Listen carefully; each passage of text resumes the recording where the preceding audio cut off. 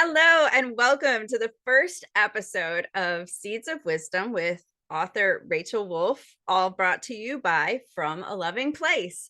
My first guest today is Kiersten Parsons Hathcock, and we are going to dive right in because her seed of wisdom that she's offering today is how intuition can help heal past trauma. And it's really a seed we want to get into, so I don't want you to miss a beat. And we're going to start with introducing one of my nearest and dearest friends, Kiersten. Please introduce yourself. Hi, this is so exciting. I know we've talked about this for a while, and I'm so honored to be on your show, and I'm so excited to talk to you today. So my name is Kiersten Hathcock, as you said, and I wrote a book called Little Voices, and it's about my journey through an abusive relationship. It's about my journey kind of awakening to intuition as a skeptic, a former skeptic. I believe now. And I found that there was a connection between those two. And that's what I'm most excited to share, because I think as an abuse survivor, I think a lot of us realize that intuition was kind of screaming at us the whole time we were in the abusive relationship, but maybe we didn't know to trust it, or we were skeptics. So that's, I'm really excited to talk about this today. All right. Well, we're going to dive in because, like you said, in your book, you talk a lot about this. And I feel like there are so many signs that we, like you were saying, we miss. So let's dive into what you feel like you missed. Okay. When all this was coming down on you. Yes, absolutely. So to kind of give a little bit of a backstory, I am a childhood sexual abuse survivor, and I did not realize that I was until I was 40. So I had repressed memories of trauma. Prior to turning 40, I started channeling children in spirit who had been killed by predators. I know it sounds very weird and woo-woo and out there and crazy. And as a skeptic and a very scientific-minded person, I felt the same way. So trust me on that. But that it was interesting that the intuition kind of came to me first, and then the memories of abuse. So I was able to realize that, oh my gosh, these kids were coming to help me understand what I had endured. And not having any experience with intuition prior, that was really, it was a little scary to say that, to go through that. So cut to then falling into a relationship with a narcissistic sociopathic predator is what I ended up doing, which is pretty common for a lot of childhood sexual abuse survivors to recreate that, right, in their later adult lives. But in the very beginning of that relationship, he was stereotypical, what you would see on the show Dirty John or Tinder Swindler, extremely charming. Everything went very, very quickly. There were a few moments I remember having a kick in the gut feeling. And I had those throughout my life, but I never really trusted that that was actually my intuition working through my subconscious, right? And working through my nervous system to say, hey, something's wrong here. So I just pushed it away. I was really good at that. I was good at burying stuff in my head. So one of the first signs was just the kick in the gut feeling when he would say, I think that you have a little bit too much eye contact with men. I'm noticing that. Do you know this about yourself? And, I'm very much the person that looks inside.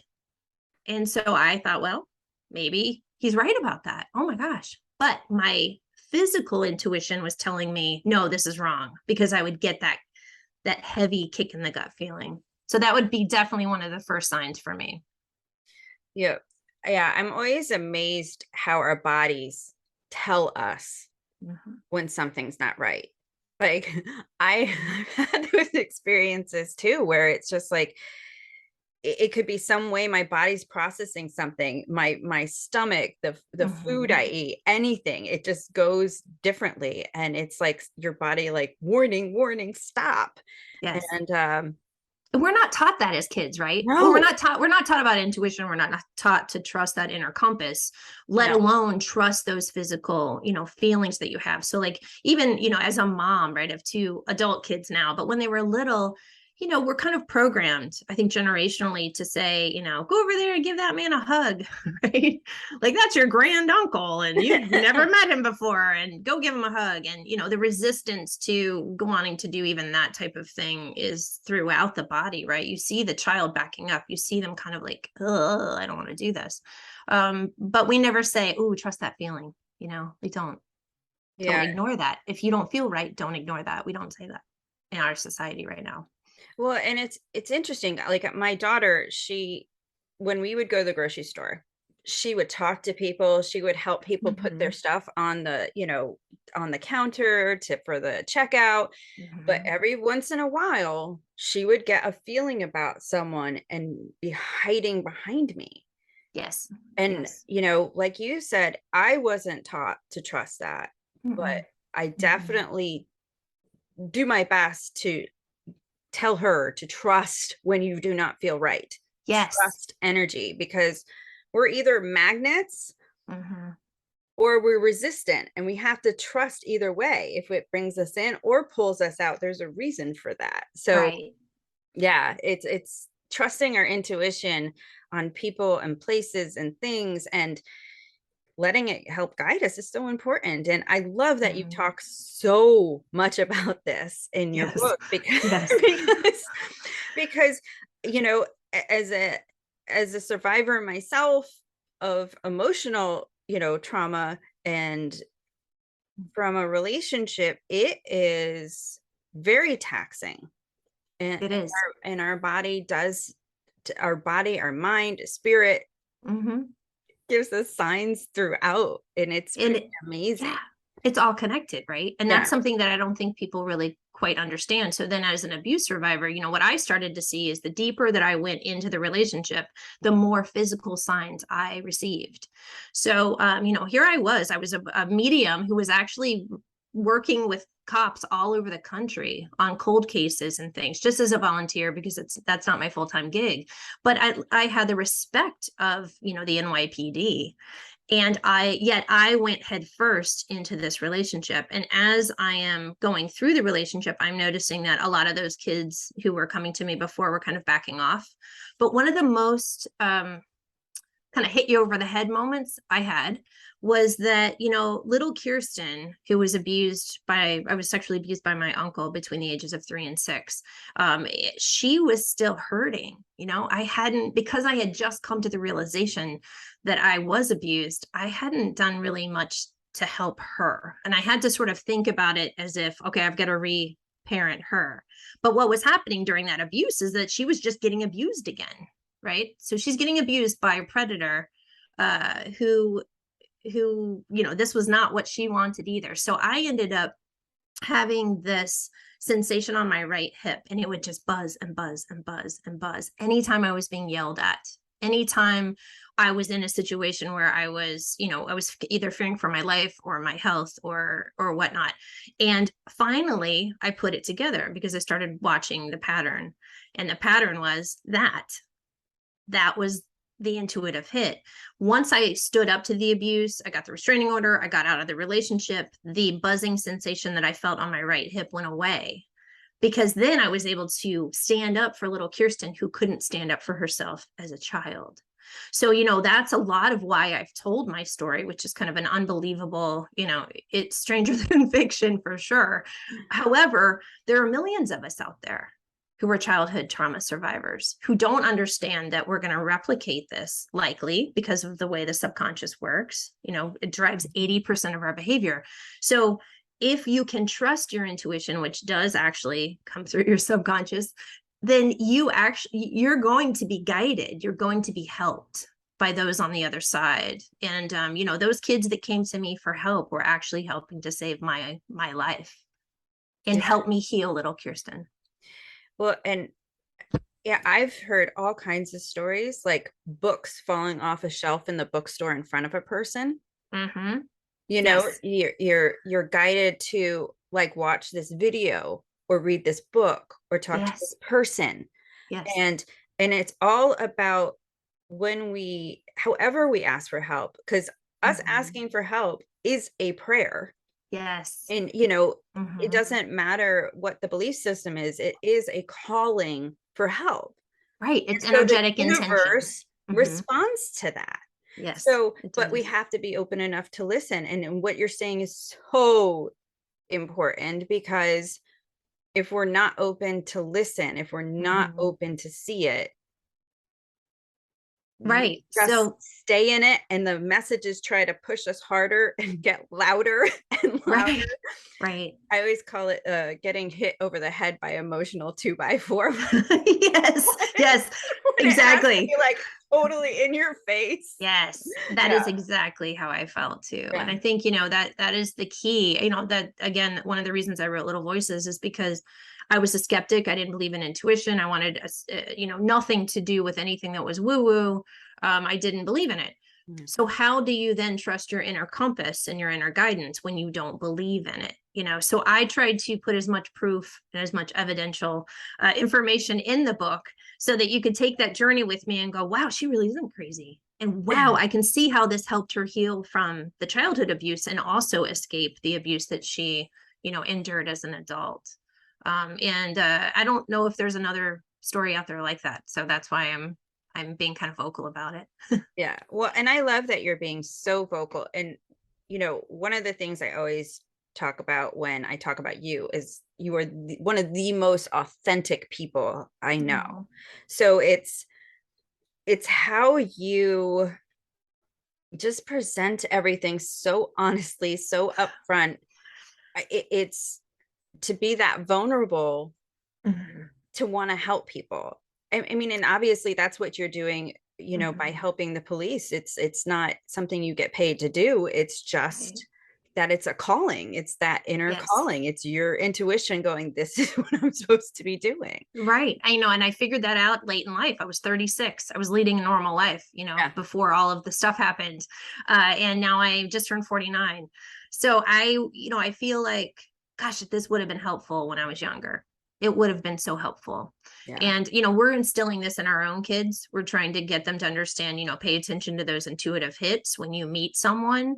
I know, thank God, there's a lot more information out there about narcissistic abuse and domestic violence and interpersonal violence, where people are talking about the red flags, when where relationship feels like it's on fire from the beginning, and when, the I love yous are flying within a week, and, everything is going very, very quickly, but it's still going very quickly only on the narcissistic person's side. It's their timeline, right? Like, so it's interesting that those types of things are out there, thank God.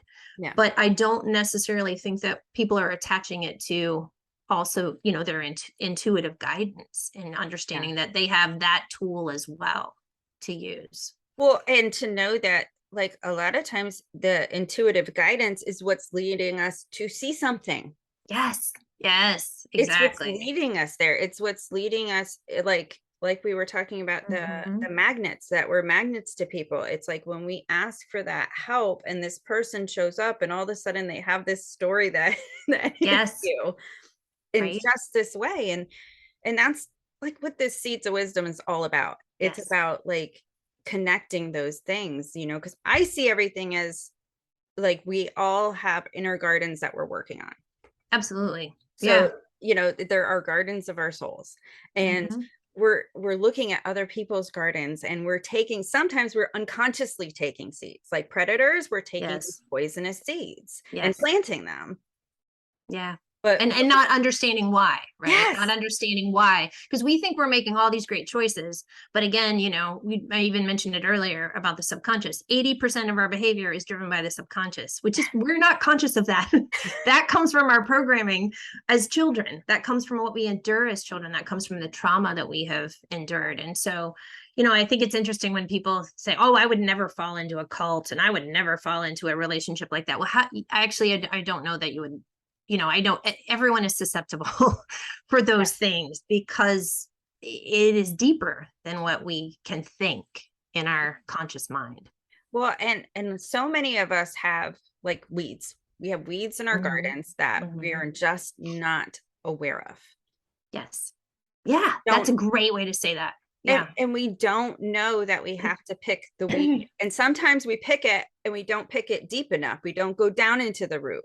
And because we Yeah. try to glaze over it, because our society, we tend to like to surface, Yeah. push it aside, just get Yeah. past it, stay positive, do this, do that, that all Yeah. grazes over the side and we don't go in deep. And like for you, you went in really deep.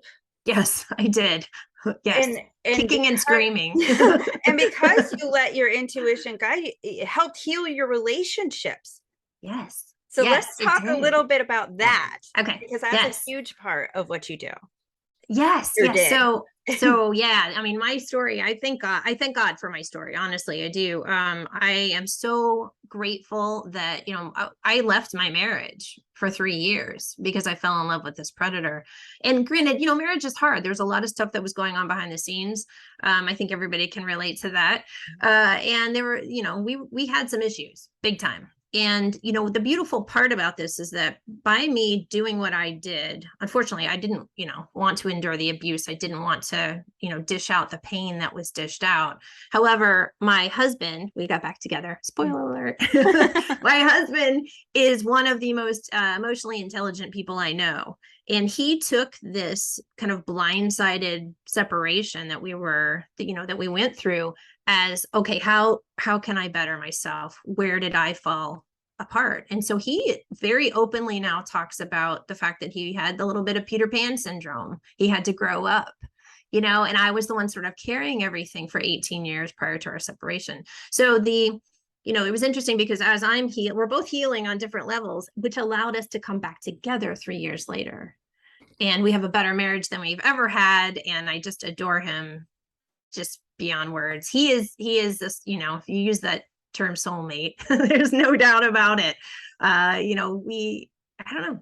I'm super grateful for that, to be able to, say that that's the happy ending. Yeah. And you have talked about this a lot on your Mm-hmm. Facebook page, on your reels, in the little videos you do, Mm-hmm. and in the book, of how you needed to go through this in order to heal that Yeah. that peace. Yes. And that is really hard to reconcile as an Yeah. abuse survivor. It says, I do not condone abuse. I did not do anything to deserve any of that. Like, I think in our society, we blame survivors, right? You've been through. Well, why didn't you get out? Why didn't you get out faster? Well, why is he the way he is? Right. We're looking at generational cycles of abuse. So I just feel like, this is one of those topics that I could talk for hours about, but I'm going to condense it really fast. I feel as if, like I said, we blame everybody, we blame the survivors. And I was somebody who decided, no, I'm not going to do that. And guess what? My husband isn't either.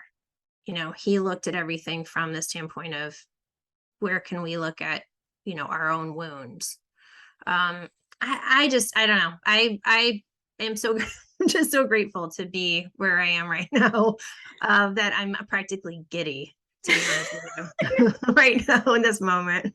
Well, it's funny because if people don't know us and don't know how much we have Mhm. processed in our lives, and they Oh see my us God. smiling through some of this I stuff, they could know. be like, what? Like, But what is it's wrong with them? that is what is so amazing about this journey, is Yeah. that we can do that. Yeah. Don't We can. have to be stuck the victims. We Mm-mm. were a victim. We don't have to be Absolutely. stuck in the energy of the victim. And Yeah. I feel like that's such a great message to any survivor It of is. any And kind of anything yes. you go through. I Yes. mean, you can choose to, and that's your choice, Right. Right. but you don't Well, have to. exactly. And to get back to your initial question too, because I Mhm. think I went around the world on that one. You The do the that. way, the talking about how I knew I needed to go through it. I didn't know I needed to go through it, but I was told this by the kids in spirit that I could not have avoided him. Now, I believe from an intuitive standpoint and as a medium that we all have kind of a soul chart, sort of a path. And there are some things in our lives that are kind of set in stone. I would have met him. We almost met millions of times prior to when we actually met. the predator and I. And so, that all of that lines up. Again, it doesn't condone abuse. I do not believe that, could I have shortened it? Probably. Maybe if I trusted my intuition a little bit more, instead of just sort of giving him a pass. So that, again, it's a weird combination. It's like an intersection of spirituality and psychology, where I know from the psychological standpoint, what I did was called wounded attachment, and it is what millions of us do. We just are attracted to that same energy of the abuse we endured as a child. On the spiritual side, I'm being told I couldn't have stopped this. And this is the reason, Little Voices is the reason, because I knew I needed to get through that to tell the story. Yeah. I love believing that there's a reason that I go through things. Yeah.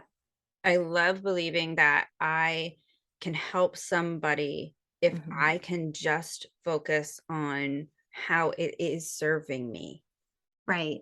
And not get caught up. And it just helps launch me forward so that I don't get stuck. Right. And I'm not saying I know everything. I don't. No. I work with a lot of grieving parents and, children dying. I mean, there's just some really bad stuff that happens in life, and I have no explanation for that. But in my personal world, this is what I know to be true. And, those kids came to save me, and then I had to save myself. And with that, that is going to be the end of our episode. And I am so grateful you are here today and sharing this message, because I feel like it is such an important seed. And like I said to everybody before, these are seeds that we share from our garden. Yes. If you have them in your garden, you're nurturing them. If you're loving on this, if you don't want the seed, you have the choice to throw the seed out. If you want a new seed, plant it, trust that this is your intuition saying, oh, I need to get this book, or, oh, I need to look into this more. And, and just trust where you are being led, because it's your garden. And we're just here bringing you seeds. Yes. And I love that. I'm so happy that you were my first guest. Thank you so much for coming on. I hope everybody who listens and sees this knows that if you're here for a reason. So trust that. Thank you. Loved it. Thank you. Make sure to follow the links that accompany this episode. You will learn a lot more about today's guest and see what they have going on now. You will also get all the links to follow them on their journeys if this seed resonates with you. If you like what you heard, remember to like, follow, and subscribe to FromALovingPlace.com and all its platforms.